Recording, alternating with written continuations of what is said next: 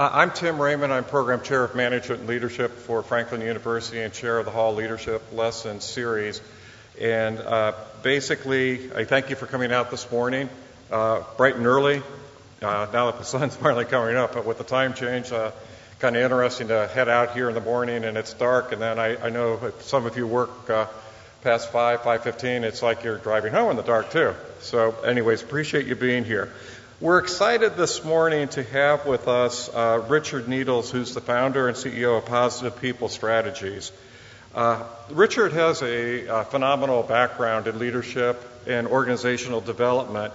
He's served as a consultant and a coach with organizations and hired up to over 2,000 employees.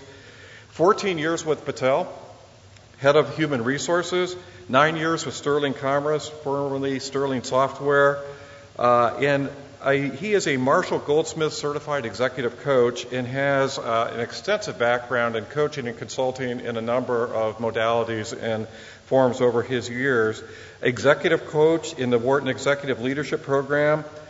And this morning, Richard Needles is going to talk about something that's close to what I do as the Program Chair of Management and Leadership, talking about culture, change, and behavior, looking at how do we create leadership behaviors that actually have a lasting value, that have an impact. So when we look at how do we, in a positive way, and I'm not trying to put words into Richard's mouth here, but how do we as leaders result in behavior that is a positive change, effective? And what are the triggers? What are the mechanisms that support that positive behavioral change?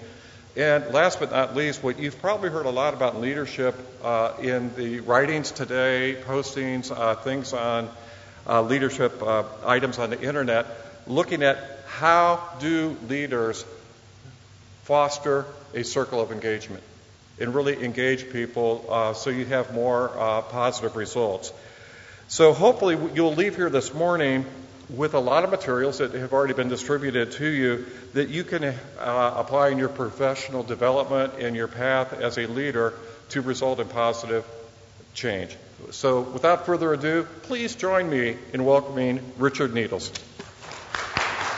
Thank you. Thank you.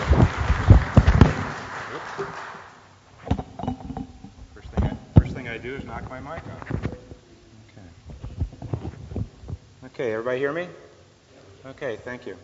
Thank you all for coming out, as Tim said, on a rainy, cold day. And I am going to talk today about how people make changes that last, and particularly how leaders make change that lasts. I will say that the materials that I'm going to be talking about today come from my own experience. I have a couple of setup slides, which I will build on that nice introduction. Thank you again. To show you the work that I've been doing on my own through my own business for the last 9 years. I'm also adapting some materials from a new Marshall Goldsmith book called Triggers. And I have a couple of copies here for a drawing this morning. And I have a fellow Marshall Goldsmith certified coach in the room, Holly McFarland. Holly, if you would stand up. During the break, if you would give your business card to Holly, we will have a drawing at the end of the session for a couple of these books. And you can get the expert advice from Marshall in the book. So Tim talked about leadership and building a great organization. I'm going to expand on those. And first I'm going to tell you that leadership often starts with being an authentic person. There's a lot of literature out there about, do people know you as a person? And that helps them connect with you as a leader. So in that vein, the real Richard story. Joan and I have been together for 41 years, I'm very proud to say. We have been married for 38, dated for 3 years before to make sure it was right, but 41 years total. No kids, and I have been daddy to 7 cats. Now, not all at once. We only have 2 right now. But that's obviously a very important part of my life. This is Joan, and this is our silly ceremony in Las Vegas, where for my 60th birthday, we renewed our vows in front of Liberace. Everybody picks Elvis. We wanted Liberace. And this is Ziggy. This is Georgia. They are not the same cat. Tim also mentioned kind of the work history of Richard, and I have in fact hired over 2,000 people. 50 at a director level, and 25 at C level, vice president kind of level. I've been a coach to 143 leaders in my own business. I'm going to get into some of those statistics in a minute. And this is really important. And sometimes when I get invited to speak at university settings, I'll be speaking to a group of college students, and I'll say, I've also been in the room or the conference room next door when 22 vice presidents have been fired.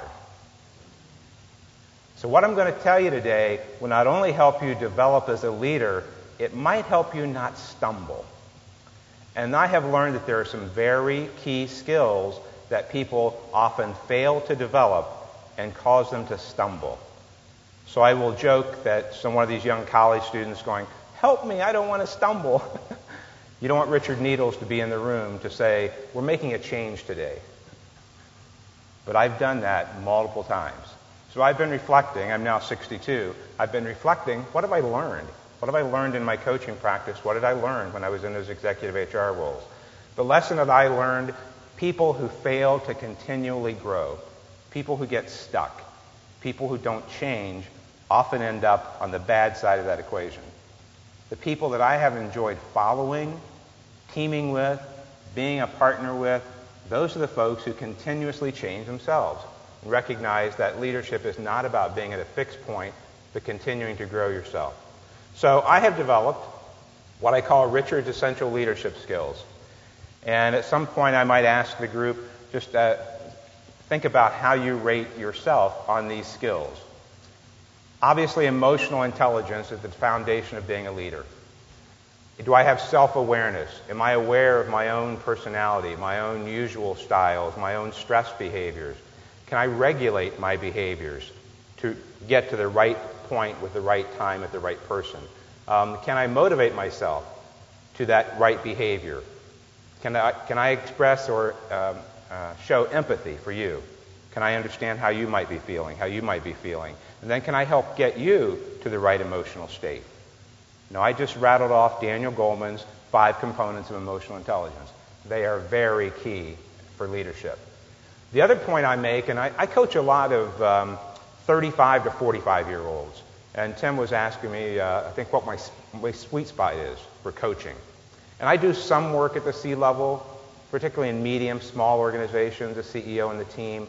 But I really enjoy coaching those folks who are senior managers about to become directors, directors about to become vice presidents about to become senior vice presidents. And I say strategic thinking is really critical as you go up that ladder. That means, can you say the organization is here, we want to go there? And do you have a POV about the business? POV, point of view. If you don't have a point of view about where we should be heading, I'm not going to invite you into the executive room. So strategic thinking, very critical. Then, of course, operational excellence. You got to get things done. You just got to get the results. Productive relationships. If I think about the number 1 and number 2 things that I often coach about, it's emotional intelligence. The second is often productive relationships. It's that bull in a china shop. Now, I don't know about you, but when I was an executive, when I worked inside the 4 walls of an organization, I wanted to work with people who want to work with me. I wanted to be one of those people that everyone said, hey, we want Richard on the team. I don't want to be one of those people that when they get fired, everybody says, man, that should have happened a long time ago. So how do you form productive relationships becomes very important. And then team development. How do you yourself hire, coach, develop, and grow people? That's at the foundation of being an effective leader, Richard's point of view. So, why should leaders change? How do leaders assess those current skills and behaviors? How would you rate yourself in those 5 essentials? And how do leaders make changes that last? So I'm going to go through a couple of setup slides, and then we've got a table exercise based on the handout. Let me go through these. This is Marshall Goldsmith's basic tenet about successful people. They believe 3 things. I am successful, I choose to succeed, and I will succeed. I'm sure the people in the room, we've got successful people in the room. You have been successful. You've chosen the path you're on. You've chosen to build the skills. You will do that again, and you will keep growing.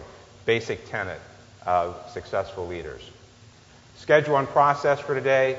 I'll mention some research. I'll talk about some anecdotes. I'm going to go over the proven model for how people change and develop. I have 143 case studies myself, people that I have coached personally. I have a myriad of executives I worked with in my corporate life. Marshall Goldsmith did a longitudinal study of over 3,000 people about how they changed and the most effective ways to change. So we're going to present some of that today. The power of 6 questions. I love these 6 questions, and we'll get into that. That'll actually be the table exercise. And then responding to triggers, which is the name of Marshall's new book, on what are those things that might come up that can help you or hurt you as you're going through your own change and development. So that's the setup. I'll keep going. The reasons for leaders to change. How many people have read Marshall Goldsmith's book, What Got You Here Won't Get You There? Okay, this was his first book that really put him on the map of leadership development and coaching. And his basic tenet in that book is, I'm a leader, I'm progressing along my career, and I'm walking along, and I'm doing pretty well, and I get to here. And I've developed pretty good skills. But I want to go there. What got me here will not get me there. I have to start working on new skills. Leaders also at this point, because they have reached this point of success, will get fixed in their behaviors. They'll let their skills just kind of atrophy a little bit. So what got you here won't get you there. There's no such thing as steady state. I figured it's football season, I should have one of those Woody Hayes quotes. So there's no such thing as steady state. You're either moving forward or you're falling backward. So what happens if you are here and you're doing pretty good? Woody's point is, if you're here, there's a whole bunch of people here who they're getting here. That's why Woody was often quoted as saying, they might outsmart me, but they won't outwork me. He knew you got to move forward. There's just no such thing as steady state, and especially in organizations and leadership, team development. I don't know who this quote is attributed to, so I made it anonymous. But if you only have one skill, if you can only do strategic thinking and you can never get anything done, what is it? If every problem is a nail and I've got a hammer, maybe I can make this work, but sometimes I need different tools. And then this is my quote. Stick in the muds get stuck in the mud.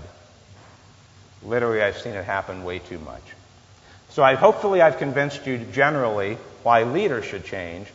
So let's talk for a minute about why you should change. Oftentimes I'll be working with people who are in line for a promotion or a new role.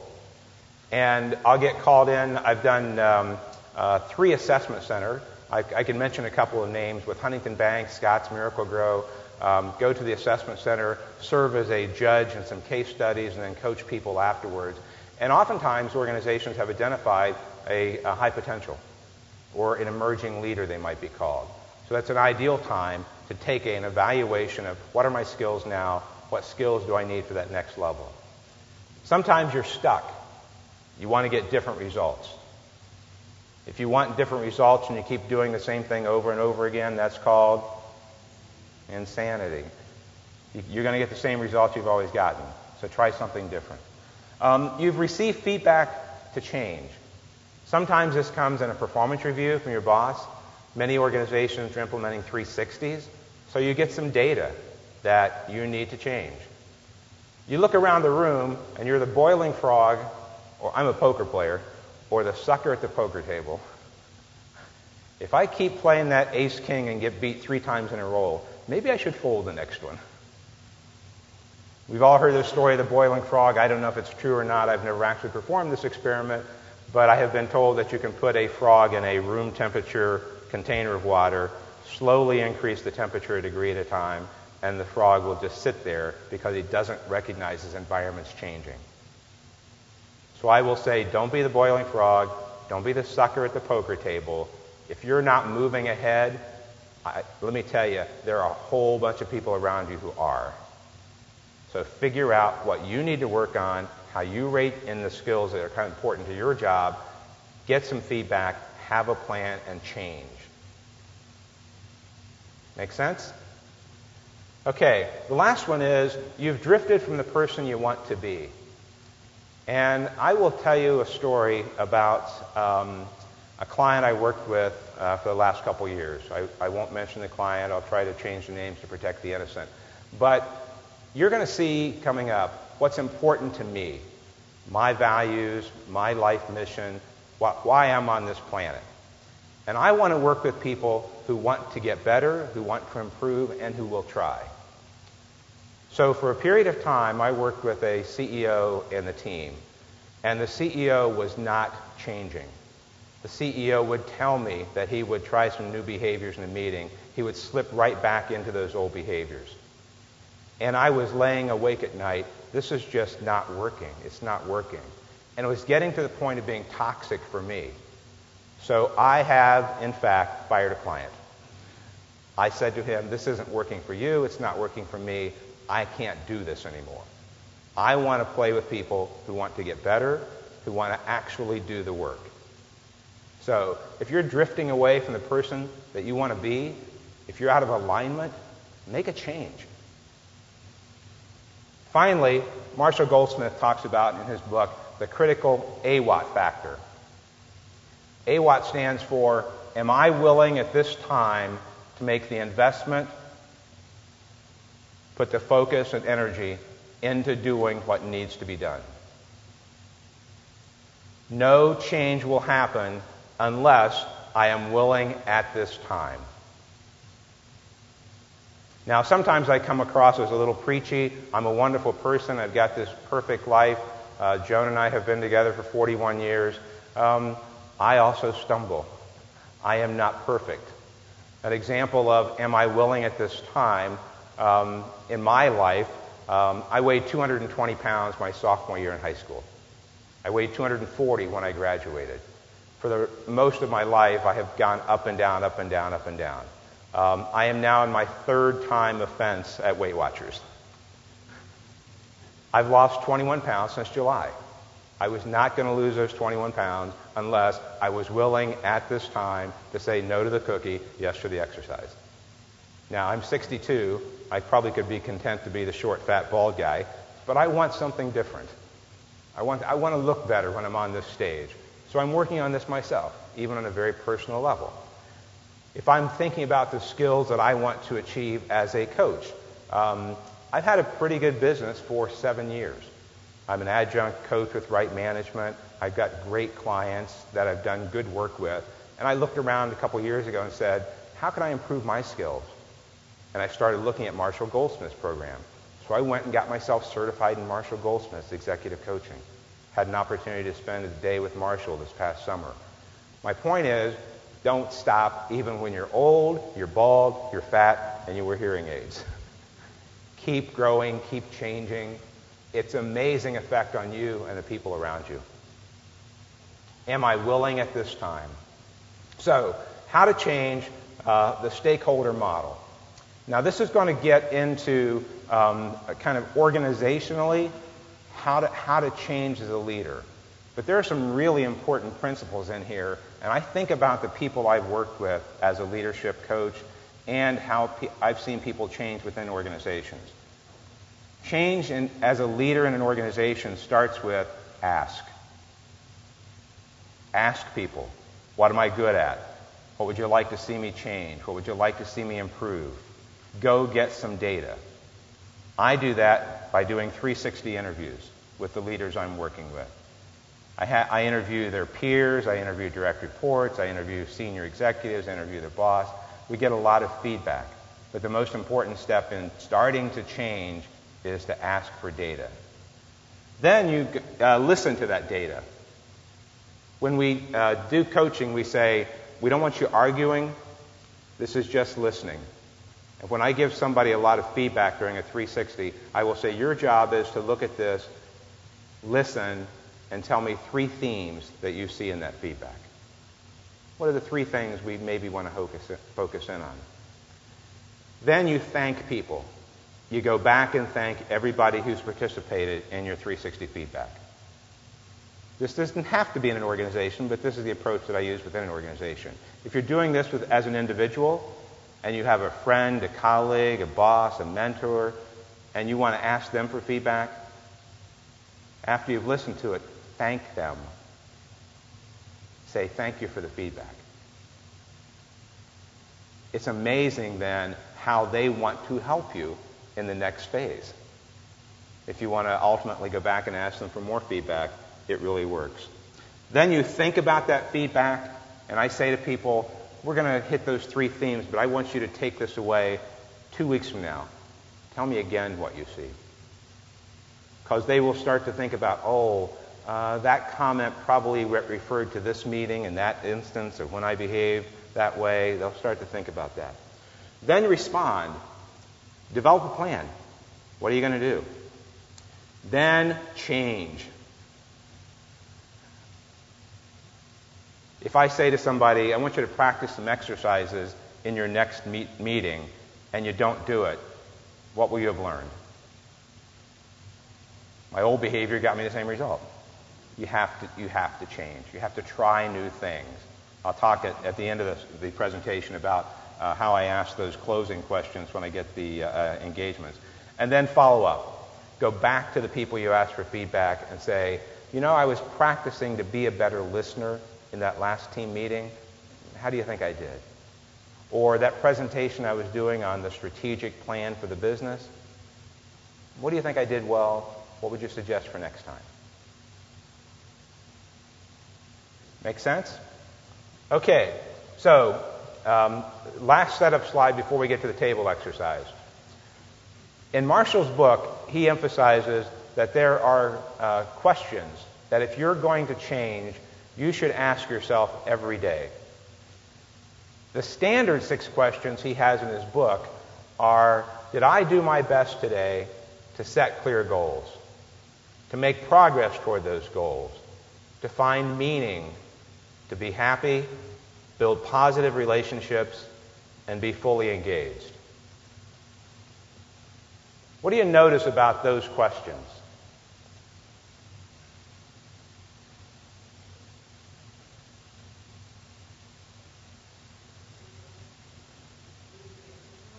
They are intentional. Very good. They are specific. They are intentional. They're meant to move you forward towards some very specific things. Very good. They're also active questions. They're not passive. So when I look at my list of daily questions, those questions hold me accountable. They are actions I'm supposed to take every day to be the person that I want to be. It's also about I take ownership. Did I do my best today? Did I do my best?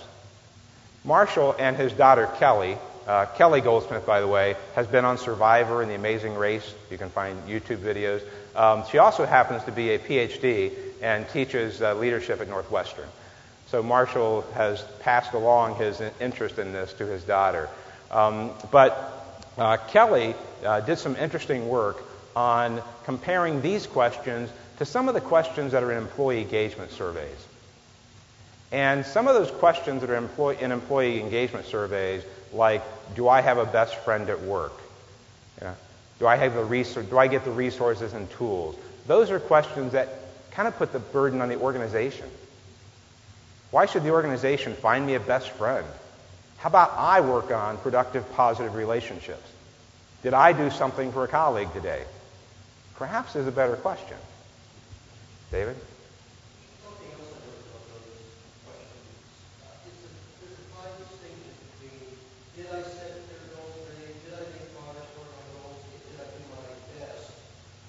You say best, when I ask myself did I do my best, I'm probably going to say no more often than not, which gets me thinking about what can I do, how can I keep pushing to get to a yes. Great point. Great point. Marshall says this during his addresses, and I will tell you my experience of doing this for the last 4 months myself is exactly that point. I am not perfect on all of my questions every day. However, if I check a no, or some people turn into a 1 to 10 point rating scale. You can make this as complex or as simple as you want, whatever works for you.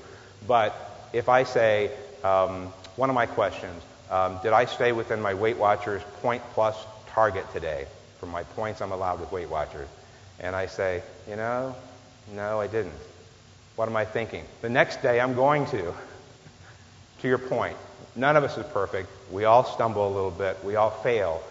Keeping these questions in front of you every day makes you focus on them. And who's responsible for writing your questions? You. So the questions should be things that are important to you, that hold you accountable, that align with what you're trying to achieve in your life. So here's the table exercise. You have in front of you a handout which notes a little bit more about me. I hate to make this about me, but it can be a little bit of a Richard commercial. It starts with, who am I as a person? Now, I've gone through the Stephen Covey exercise of purpose and principles about 12 years ago, so I've honed this list to what's important to me. And then you have Marshall's daily questions, and then you have my daily questions. So I want you to take, 5 minutes and scan that list. Page 2, I want you to fill in, what are 3 questions you should ask yourself every day to work on the things that you want to work on, to be the person you want to be the leader you want to be.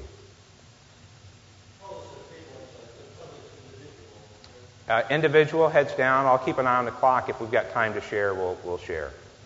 But this is the time to reflect on that question, and they should all start with, did I do my best today to...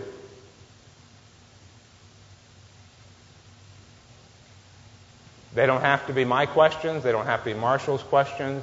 They should be your questions. Now let's talk for a second about what we've done so far. We have looked at what we want to change. Hopefully that led to a question that you're going to ask yourself once a day. Am I making progress? Did I do my best today to do those things? Marshall also talks about, in his book Triggers, no surprise, things that can trigger us, that can get in the way of us becoming the leader that we want to be, becoming that person we want to be. And triggers, of course, are things that can help us or hinder us. They're any stimulus that comes from the outside that impacts our behavior. So Marshall has a diagram in his book that looks something like this. Things happen to us. Things happen from the environment. They come from the outside. We have an impulse. Fight, or flight. Run away. I just scared a few people. Okay. As human beings, we can actually fight that impulse with some awareness. We have this thing called the frontal lobe. I can think about that. Am I about to make the right decision to respond to that trigger? Then I can make a choice which will lead to my behavior, which will then lead to a result. I've actually taught this concept in the Worthington Leadership program to high school students.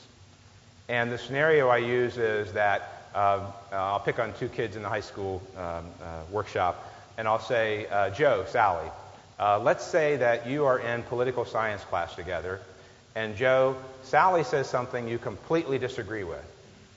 You start telling yourself a story that Sally's an idiot. You walk out into the hallway and tell everybody Sally's an idiot. Fast forward to the next semester, you walk into Chem Lab, and the instructor says, Joe, Sally, you're going to be lab partners together. How's that going to work? Back up. Let's not react on that impulse. Let's think about, Sally's kind of smart. I wonder why she said that. Might lead to that emotion of curiosity, might lead to that behavior of walking up to Sally after class and saying, I'm not sure I understand. Could you tell me more what you're seeing? Now fast forward to next semester, you become lab partners, probably going to work a lot better. My point is, in organizations, you can take this process and follow it and say, am I making the right choices to get positive relationships, to develop myself?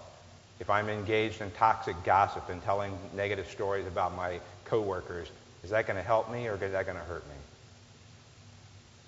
Marshall says, responding to these triggers, what matters most, your behavior and the results you get. Now, why do those matter most? That's what other people see. I appreciate what's going on in your brain. I appreciate what my impulses are, what my own self-awareness is, but what other people see, my behavior and the results we get.